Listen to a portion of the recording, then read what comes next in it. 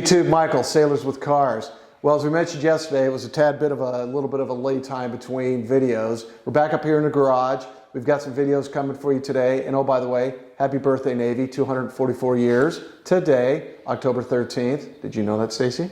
Well, now you know. So happy birthday to the Navy. Remember, we're looking for people to interview. Michael at Sailors with Cars. We're on Facebook. We're on Instagram. www.SailorswithCars.com is the website. Not many people go there, but what the hell, I've got to mention it anyhow. Anyhow, today we've got Jacob up with us, active duty, engineering duty officer. That's correct. Lieutenant Commander. So, thanks for coming on the channel, by the way. Thanks for having me. It took us a few minutes to figure all that out because my brain wasn't working so well today. A little bit about you, because it is Sailors with Cars. Yep. So, commissioned in 2008, was on the pre-commissioning crew for Macon Island. Was on her for about 3 years, sailed her around. Did you work in engineering? I was in ops. I was the electronic warfare officer. So, sorry. Okay, we'll let that slide. And then, so sailed her around South America. That was pretty cool. Got her back up here, went through the Avail, and then I left her after getting my SWO pin and transferred to the EDO community, Engineering Duty Officer community, and went up to NPS, the Naval Postgraduate School, for my master's degree in mechanical engineering. And you said your undergraduate was civil engineering? From Worcester Polytech Institute, back in Boston, Mass. There you go. I didn't know. I was going to ask you where that was at. Yep, Worcester, Mass. So did that, did the postgraduate school, had some fun up there. Came down here, worked at Swarmic, that's where I met you. Yeah, we had finally put that together because I forget things. So we had met in, probably before Bahrain, but in Bahrain, and my wife was there with us. We were doing ship checks on my old ship that I was port engineer on, New Orleans, and you were doing ship checks on Harper's Ferry. Harper's Ferry, yep. So yeah, so we finally had to put all that together. So, you know, whatever the different levels of Kevin Bacon game. So... Okay, cool. And you tell me you're going to Sasebo, Japan next. I am going there in a few months. Is the family excited? Family is staying here. So that would be 1 year unaccompanied, 2 year unaccompanied, 3 year unaccompanied? 3 year unaccompanied. Wow. But my girls are in high school, so I got 3 girls. 2 are going to be in high school while I'm gone, so we're letting them finish out school and be with their friends. So good for you. That's the priority. You know, and then, you know, what the hell? They can come out and visit, and you get to come home. Exactly. So. They're going to come out for the summer and experience that culture. Oh, yeah. Yeah, the humidity to go with it. Especially if they've been here in San Diego for a while, because that's hot and nasty. But, you know, it's a whole other story. Well, anyhow, let me step back and feast your eyes, everybody, on this fine piece of machinery. What in God's name do we have here? Oh, this is your standard 1985 Chevy Corvette. Yes, it is. That's all. That's it. Closed camera, done. A couple body panels blew off on the drive up here. It was pretty windy on the 8 there. But yeah, it's pretty standard. Yeah. You know, nothing to it. So what do we have? So it's being classified as a Vette Kart. There's a huge following on the internet. Vette Kart. Vette Kart. So you have to remember that because that's how we're going to name the video, I think. Kart with a K. So a show tore apart a 84, I think it was an 84 Corvette a couple years ago. You bought the Corvette. You had it. No, I bought this about 2 years ago. Okay. I bought this for about $600 and I sold parts off of it, so I got the car for free. Nice. So, yeah. So what did you do to it? So we stripped the body off it. My cousin and I started the project together. You built it at the house? Built it at the house. Stripped the body off it, and then the motor was shot, and we started looking at it, trying to figure out, okay, do we want to rebuild the stock motor? I said, screw that, let's not do that.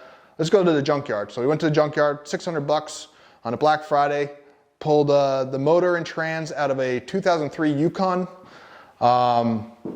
and shoehorned that into this thing. Fabricated a fuel cell for the rear, cut the back off, cut the front off the car, shortened up it that way. The suspension and the brakes and the windshield are stock, and those are the only original Oh, in the radiator. The radiator. Oh, is that stock radiator? It has a stock radiator. So it doesn't overheat? No, Really? I never have an issue with the that big heating engine. issues. Interesting. Yeah. Tires, wheels, same? Tires and wheels are off a 2008 Corvette. I do need to change the tires out, but it's running and driving and I'm having fun with it. Cool. So. And well, let's talk a little bit about this engine. Let's take another look at that thing. Okay, we're looking at the engine, and Jacob, we had a question from our camera person. She wants to know, what do you plan to do with this vehicle, or what do you do with it? So I just got it up and driving a couple months ago, working out all the kinks. The intent of this build is to autocross it. Autocross. We know about autocross because of performance driving school. A little shout out to the Porsche Club there. So does that answer your question, Stace? We're good. It is street legal though, so I do drive it to work on occasion. Yeah, that was amazing to me. I've been known to get it on base. Nice. Yeah, but they just kind of look at it and go, huh? So, cubic inch, what size engine? So it's a 5.3. Wow. And the transmission is a 4L60E. The motor is stock, cleaned up the heads. It's just got a mild port and polish on it, and that's about it on the motor. Stock intake, stock fuel rails, stock injectors, everything's stock on the motor. On the transmission's been gone through. We built it to hold up to about 750 horsepower. Wow. Target on the motor down the road is going to be about 500. I think that's the max that I'll be able to keep some traction on the rear wheels. Yeah, because you got nothing back there. Yeah, so the whole car weighs about 2,400 pounds, so about 1,000 pounds less than stock, and that's including the roll cage and everything on it. So, yeah, it breaks loose pretty easily. Yeah, I'll bet it even does. with the stock motor. Yeah, well, that's a big engine. I mean, and for what that was designed to push around compared to what it's pushing around today, I mean, it's nothing. Probably half the weight. A little more, yeah. Yeah, of what it did. Yeah, that's a big engine shoved in there. How long did it take you to get that engine in there? Everything said and done, probably 2 months, only because I had to figure out some adapter brackets, figure out how to adapt the 4L60 to the C channel. The Corvettes here, they don't have a cross member. They actually have a C channel that goes to the rear diff. So you have to have a special end housing, and so I had to figure out how to adapt a 700R4 transmission to this, which they are sister transmissions. So once I figured out how to do that and got the adapter tail housing for that, it was pretty seamless. It's in and out. I can, ironically, I know I can pull the motor and have it reinstalled, the motor and trans, in a night. I had to do it. With the headers on it, you have to pull the headers off. Comes off with the headers as they are? I got to pull the left header. To clear the chassis. And that's about it. Wow. But it comes in and out pretty quick. Pull the radiator, and I like the lights. it's a lot on easier to work on when you don't have the body panels. Well, let me tell you. because you can get right on Changing it. spark plugs, not a problem. I'll do it all day long. So that was a gentleman yesterday in his Mustang that had a 351 in it. You have to drop the engine to put the spark plugs in and out of it. I believe it. Yeah, the engine was beautiful, but it took up Those shock towers, yeah. took up that whole engine compartment because it's small. I think that was the 66. 65, 66 had those shock towers. Yeah, and there's just no room in there. But he got it in there and it's beautifully done. All right, let's take a look at the stripped down inside. All right. Okay, of course we're looking at the inside of the not Corvette. Jacob, what have you done or not done? So Seats, you put the seats in it, I take it. Seats, yeah, that's about all that's in the interior. They're Kirky seats, 5-point race harness. So completely gutted the interior, removed all the original electrical, every cable came out, and then fabricated this dash, gauge panel, and then all the switches. Ran minimal wires, still working on the electrical, but everything works right now, so that's good. Just finalizing the final direction I want to go with that and loom it. My buddy at Wazel Racing here in San Diego, he did the roll cage for me, fabbed up these door bars. We wanted the roll cage to define the car because it's not going to have any panels on it. So took a lot of time, took a lot of work to make it look the way we wanted it to, but also meet all the safety requirements for racing. And I think we were highly successful with that. So how'd you paint it? Like, did you take it to a booth and paint it, or pieces? What did you do there? I hung plastic up in my garage, went to Harbor Freight, bought a spray gun and some matte black, and did it that way. The intent of this car is functional. Everything is functional. There's nothing on here that I don't want to have on there. Weight savings is the priority. I put a couple speakers on there just because driving down the freeway gets a little loud with the wind noise, so speakers help drown it out when I don't want to listen to the motor anymore. Did your wife ride in this with you? She did her first donut in this thing. Really? Yes, she was very excited to learn how to do donuts, and she did it in this thing, and she loves it. It's a blast. It's a lot of fun to drive. It stays pretty stable on the roads and the twisties. It's real stable, squats. There's not a lot of body roll with it. I'll tell you what, you do autocross with it, that'll be exciting because you're gonna be driving because there's a friend of mine who owns Vette Kart. He's got a stripped down Boxster. He calls it Buttercup. Okay.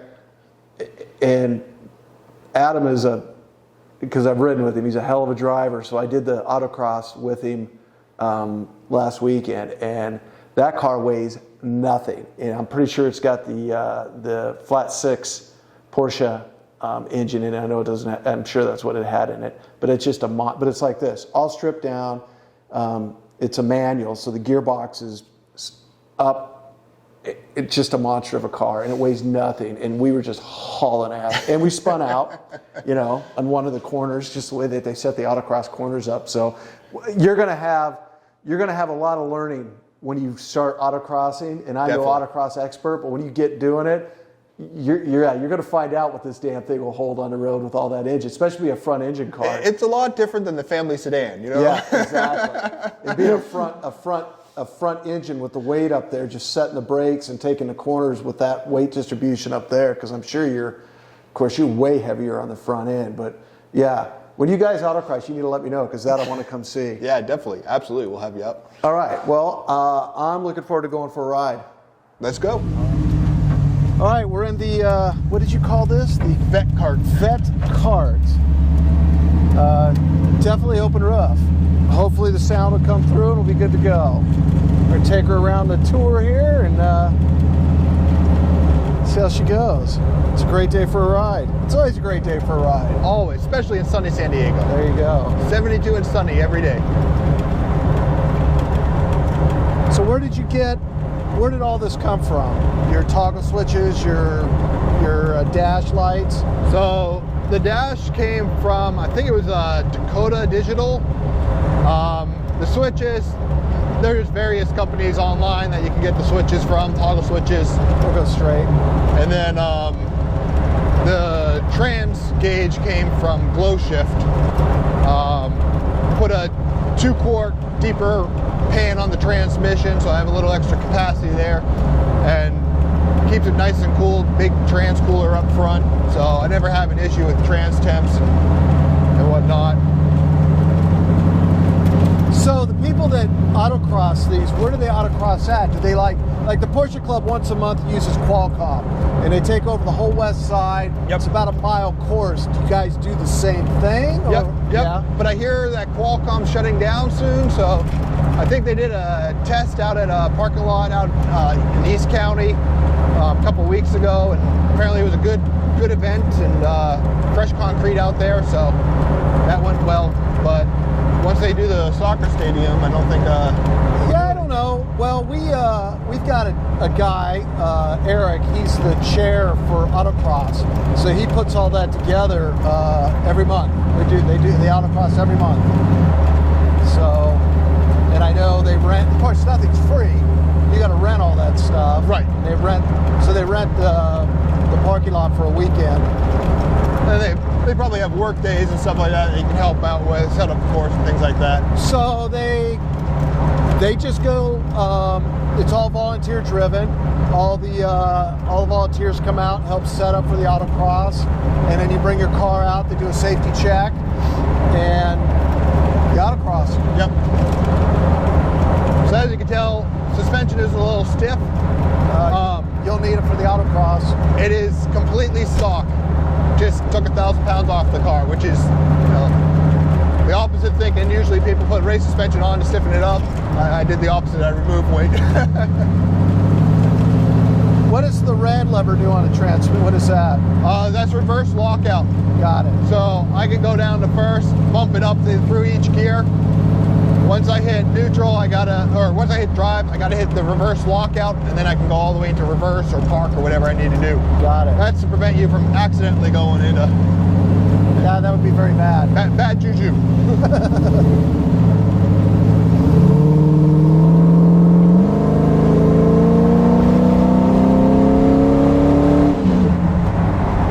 That's got just a little bit of power. And it's only 300 horse, but you can put it in a 2,500 pound car and a 2,400 pound car and shift kit on the transmission, and it gets up and goes. It is fun.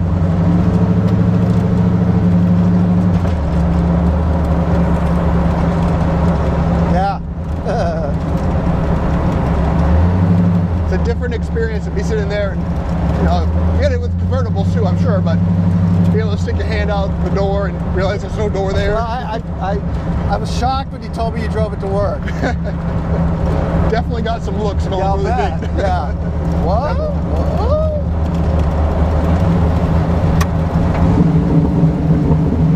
Then we'll go left down here.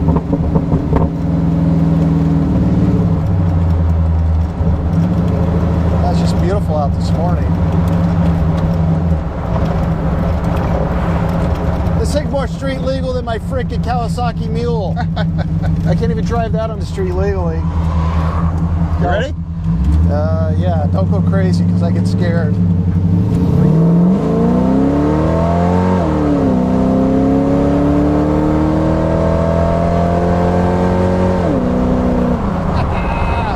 Yes, at least you said, are you ready? Yeah, that's awesome. I like it. Got a little wheel spin in there in the 2-3 shift. I felt that. I felt that. Yep. Yeah, you autocross this. It'll be fun.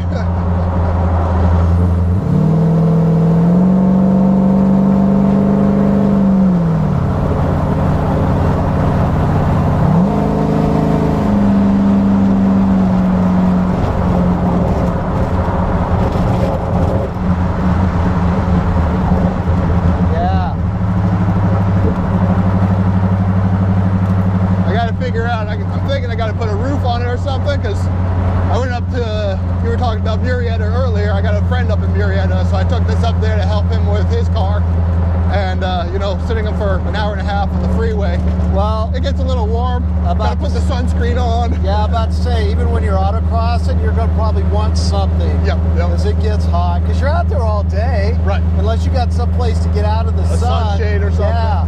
I had the top down on the Porsche the whole time we were autocrossing, and we were able to park underneath the shade of the track for the trolleys, at least in between sessions. But if you don't have that, it's a little, and it was warm last weekend. Yep.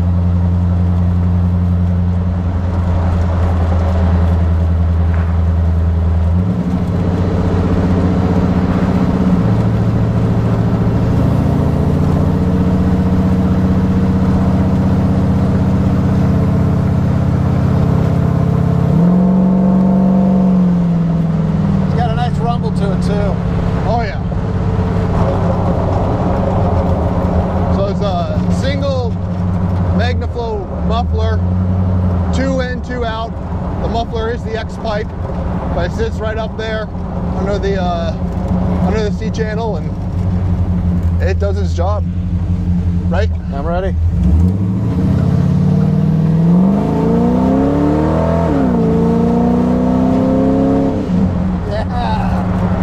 To scare the horses. Oh yeah. Well, I would think they're used to it with the number of cars come hauling ass up here.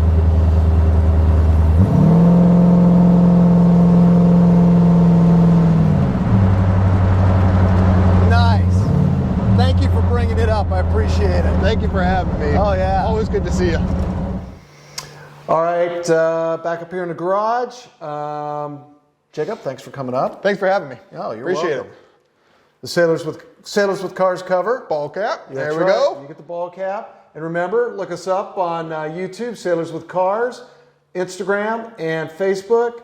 Set up an interview. Come up to the garage. I'll come to you. Doesn't really matter. Till then, we'll see you next time, YouTube.